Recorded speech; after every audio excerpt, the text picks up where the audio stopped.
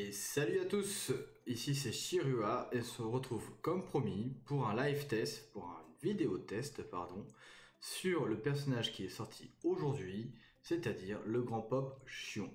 Alors, on va faire un petit récapitulatif de ses skills avant de vous faire voir ce qu'il est capable de faire. Tout en sachant que ce sera un format vidéo qui sera moins long que le premier test que j'avais effectué sur Mu, Aiolia, Emilo et CCE. L'objectif c'était de vous montrer rapidement ses forces et ses faiblesses. Donc son premier skill qui est le Charge Skill, il va en fait cibler toutes les lignes ennemies et va infliger des dommages de type Fury qui ne pourront pas être esquivés et qui vont réduire l'attaque Fury de tous les adversaires. Donc un premier auto skill très puissant puisqu'il réduit quand même l'attaque Fury de 7210. On verra qu'on ne comptera pas forcément sur ses dégâts. Ça fait mal, mais ça fait quand même beaucoup moins mal que le Stardust Revolution de Xion Godclaws. Le deuxième skill qui est un auto skill et qui est l'auto skill qui va lancer en deuxième. C'est le Crystal Wall, skill commun à tous les Mu et tous les Xions, qui pose une barrière sur toute l'équipe alliée, qui va bloquer les dommages et les debuffs sur la team alliée 2 fois et va restaurer un certain montant de HP qui est non négligeable, c'est-à-dire 39 200 HP. Donc c'est le skill qui va lancer en deuxième auto-skill. Son premier auto-skill au début de la bataille, c'est son troisième, c'est-à-dire le Holy Domain, qui va en fait poser une zone dans la formation adverse, qui va infliger des dommages récurrents et poser un debuff qui va annuler leur prochain charge skill. Si toutefois ils veulent activer leur charge skill, ils seront stun. Donc c'est un skill très puissant de contrôle. On verra, la question quand on voit ce skill là, c'est de savoir est-ce que ce skill va pouvoir percer les barrières, dans le sens où c'est un skill qui est récurrent, c'est des dommages récurrents, donc si la barrière saute alors que le Holy Domain est encore présent, est-ce que le debuff va quand même s'appliquer? Ouais, c'est un point intéressant qu'on va suivre au cours de ce test. Et le dernier skill, qui n'est pas totalement monté ce soir, mais parce que c'est le moins important, c'est un skill qui va réduire l'évasion adverse, qui va augmenter la précision de la team alliée, et qui va réduire les dommages qu'il va recevoir de la part des Gold Saint, des Chevaliers d'Or. Voilà. Donc là, en l'occurrence, il est à 28,5. Donc, j'ai fait de mon côté quelques tests pour voir un petit peu comment pouvait s'articuler ce personnage et autour de quel type de team. Alors, j'ai effectivement des teams en skirmish de par la guilde, j'ai fait quelques tests de mon côté, j'ai ressorti des teams qui sont relativement fiables. La première, c'est de l'associer par exemple avec le Grand Pop Saga. Pourquoi? Parce que le Grand Pop Saga, lui, réduit les dommages subis en cas d'attaque physique. Donc je me suis dit que ça pouvait très bien coller avec le charge kill de Xion Pop qui va lui réduire l'attaque physique. Fury, pardon. Et donc on va lui mettre forcément une petite Athena VA pour limiter le contrôle. Et on va pousser le vice un peu plus loin en lui mettant Xion GC qui va aussi augmenter le contrôle de la team. Et on peut y mettre un Yoga qui fait mal et qui aussi apporte du contrôle. Donc c'est vraiment une team full contrôle, hein, avec Yoga et Pop Saga qui font relativement mal. Xion aussi d'ailleurs, dans sa version Godclaws, un peu moins dans sa version Grand Pop. Donc là on va voir le premier skill que lance le Grand Pop, c'est les fameux dommages récurrents de 6000 que vous voyez à l'écran. Hop. Donc là on voit qu'effectivement son skill charge kill fait pas énormément mal par rapport à celui-là de Xion Godclaws, mais il fait quand même voilà, il retire quand même 50% de PV, c'est pas négligeable. Donc voilà ce que ça peut donner en termes de dommages. C'est un pop qui fait voilà, qui empêche vraiment l'équipe adverse de s'exprimer, associé à d'autres personnages de contrôle, c'est relativement intéressant. Maintenant, son point faible que j'ai pu observer au cours des tests, c'est avant tout Abel. Pourquoi Abel? Parce que tant qu'Abel tombe pas, il va reste tout le monde. Et aussi, une fois que les gens sont sont à nouveau debout, les chevaliers sont à nouveau debout, et bah finalement ils ont plus ce fameux debuff de contrôle. Donc en fait, ils restent, ils sont à nouveau, en fait, ils échappent au contrôle du grand pop. Et c'est relativement gênant. Là, si j'essaye la même équipe, hop, et le dernier c'était Yoga, logiquement, ça devrait beaucoup moins bien marcher.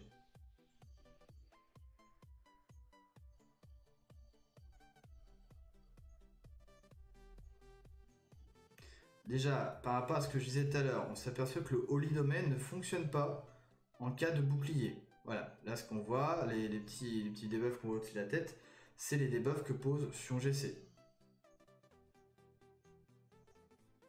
Et là,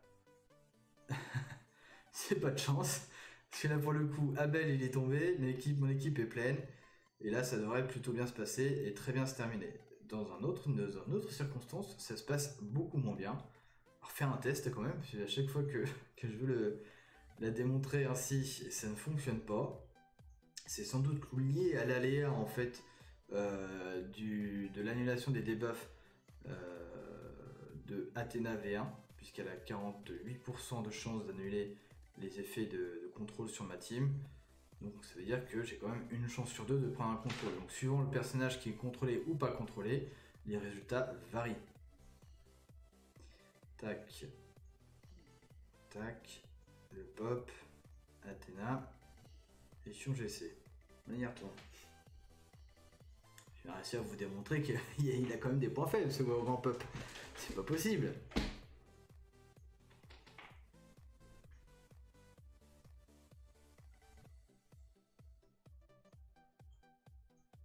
Tac. Voilà, déjà ça va moins bien se passer. J'ai plus de Cosmo. On a réussi à avoir Popo qui est passé en spé. Voilà. Mon équipe fait plus grand chose. Elle subit le combat. Moi j'ai pas de personnages qui vont finalement en fait apporter un raise à ma team.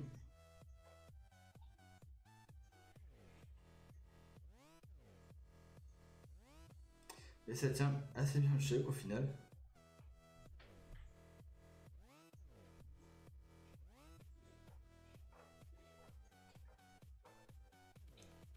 Hop.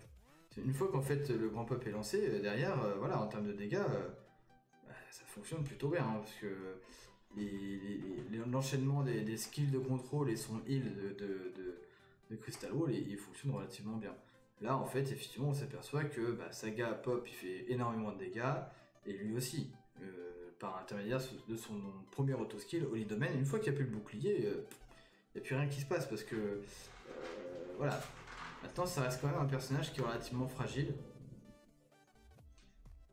Mais contrairement aux apparences, en fait, il tient relativement le pavé. Voilà. On va pas se mentir. Il tombe soit en premier, soit dans les derniers en général. Une fois qu'il est lancé, en fait, qu'il arrive à enchaîner ses Crystal Balls, il devient vraiment très dur à tomber. Non seulement lui, mais aussi la team qui le protège forcément. Ce qui est assez inhabituel, puisque finalement c'est un middle. C'est pas forcément des personnages de type support, c'est des personnages relativement polyvalents. Et lui, en fait, il a que deux fonctions, c'est contrôler et soigner. Faire des dégâts dans une moindre mesure avec son charge kill. Parce que c'est vraiment pas un charge kill hyper efficace. Alors, il y avait aussi quelque chose qui m'intéressait grandement, c'est l'association qu'il pouvait avoir avec Sean VGC, pour la bonne et simple raison que Sean va lui poser un bouclier sur toute la team au départ, et qu'une fois que finalement le pop Sion arrive à enchaîner ses Crystal Walls, ça devient vraiment pénible pour la team adverse d'arriver à descendre l'équipe.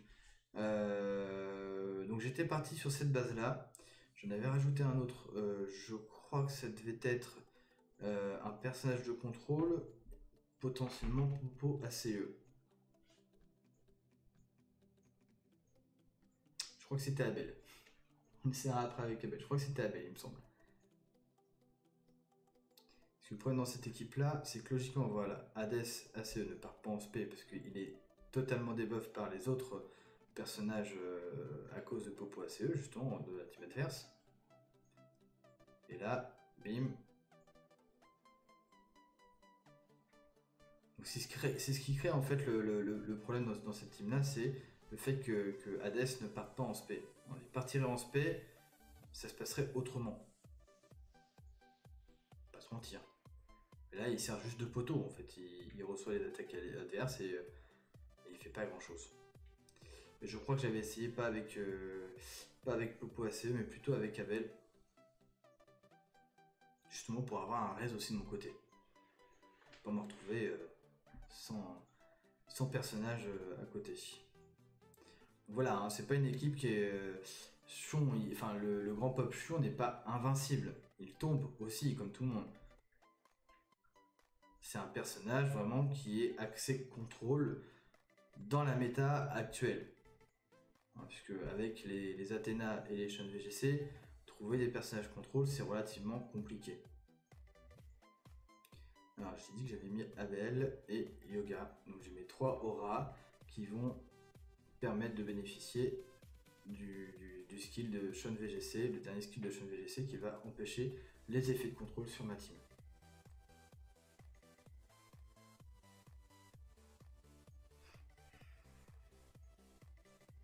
Bon, déjà, le fait que le grand pop Chion soit aura, ça reste quand même un gage de qualité, puisque les personnages aura dans Senseiya Cosmo Fantasy sont des personnages relativement puissants en général.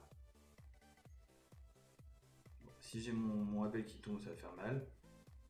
J'aurais préféré que avoir un shield, mais ça sera pas le cas. Il résiste relativement bien hein, ce petit Abel.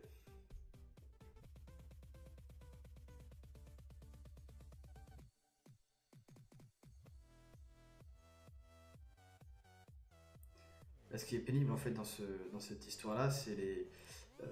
Voilà, tu vois, par exemple, Sean vient de se tuer parce qu'il y a les enchaînements de boucliers entre Abel et Popo ACE qui font très très mal à ma team.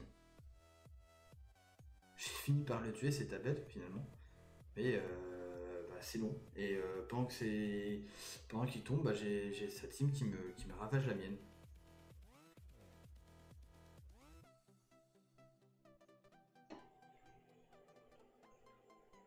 Après, si je veux faire différemment, je peux le faire partir en spé, le petit Hades ACE, sans aucune difficulté. J'ai juste à rajouter un Seiya SGC et il partira en spé relativement vite. Ça pourrait même très très bien fonctionner puisque du coup, Sean partira aussi rapidement en spé.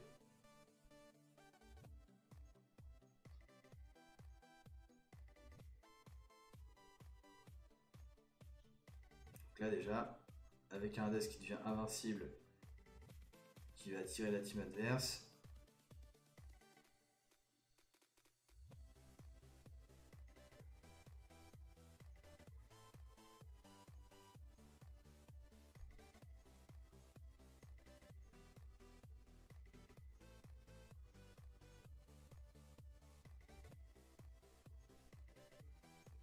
Et ce qui est étonnant, c'est que bah, du coup, là, enfin, on a vu que les personnages ils bougeaient pas en fait.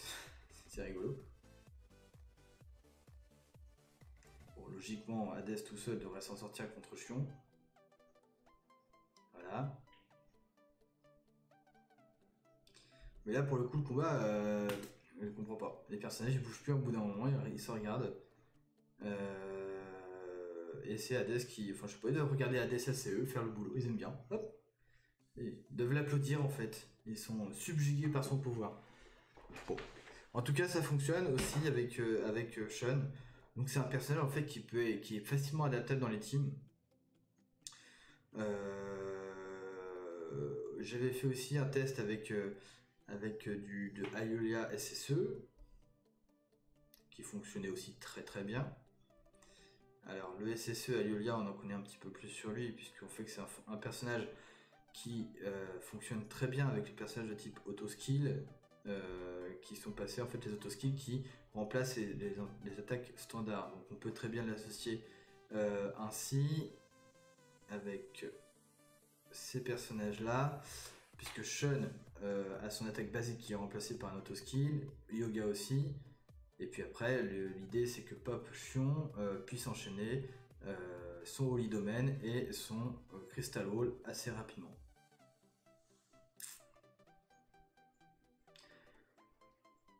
Hop, c'est parti.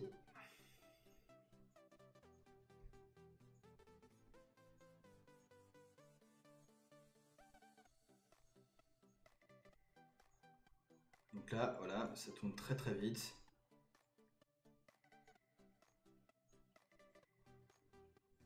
Et vraiment, voilà, le Holy Domain, s'il n'y a pas de bouclier, ça fait vraiment très très mal. Même si là, ça se voit pas. En fait, ce qui est rigolo, c'est qu'il s'est marqué 1246 dégâts, alors qu'on sait très bien qu'il a fait au moins 6000, puisque le Holy Domain était actif, et qu'il a au moins mis des dégâts sur la team adverse. Donc visiblement, les dégâts ont pas l'air d'être comptés en dégâts directs associés au pop chiant. C'est un peu dommage, mais c'est comme ça.